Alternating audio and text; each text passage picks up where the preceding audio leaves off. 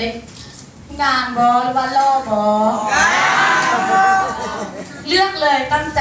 เอ้ยคนนี้เนาะคนนี้จะมาพาเขาไปสำเร็จเขาจะเอาคนนี้เลือกเองเด็ก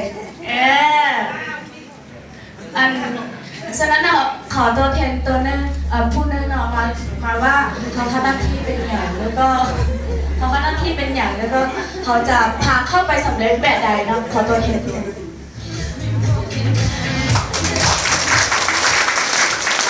สบายดีข้าพเจ้าซื้อยีย่างเยี่ยหัวเนาะก็ลืมไปไล่ผู้เปิดกันขอเสียงต้นมือให้เชียงเพียงสอนเลย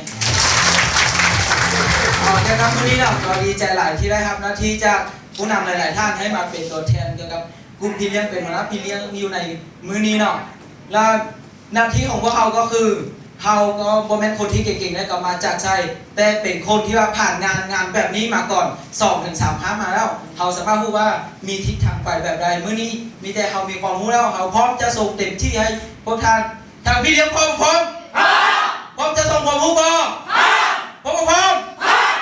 ทางผู้ลิ้นเด้จะพร้อมที่จะหักความรู้บ่พร้อมเชื่อว่าทุกคนถ้าพร้อมแล้วทุกคนถ้าผ่านจัดงานนี้ไปนำไปปฏิบัติเชื่อว่า3 ปีข้างหน้าชีวิตเปลี่ยนแน่นอน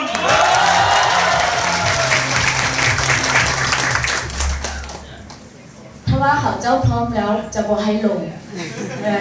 ผู้ท่านพร้อมบ่พร้อมจะไปเห็นร้อยหรือว่าพันร้อยหรือว่าพันโอ้โหผ่านเลยฉะนั้นเนาะก่อนเขาจะไปเฮียนนี้ NC ขออย่างหนึ่งได้บ่เมื่อกี้ NC ผู้นั้นก็ขอ3 อย่างแล้วแต่ว่าอย่างหนึ่ง NC ผู้นี้จะขอจะมาแต่ว่า NC บ่เอาเลยแบบว่าขอให้ทุกท่านเอาแบบว่าเอาอายุของพวกท่านไปฝากอยู่ธนาคารแล้วมื้อนี้ทุกท่านจะมีอายุเท่าไหร่แต่ว่าเอาอายุ18 ปีได้บ่ได้บ่เขาเจ้าบอกว่าคนอายุ18 ปีเห็นอย่างก็ได้แม่นบ่ฉะนั้นมื้อนี้เอาอายุ18 ปีได้บ่เอามือฝั่งขวานี่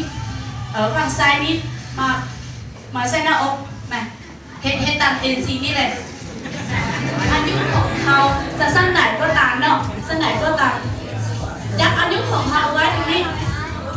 แล้วก็ย้อนไปที่ธนาคารเนาะตอนแรกเขาจะไปเอาได้ป่ะพร้อมป่ะเอาเฮ็ดได้เฮ็ดตาม1 2 3ย้อนโอ้โหตบมือทุกท่านเลย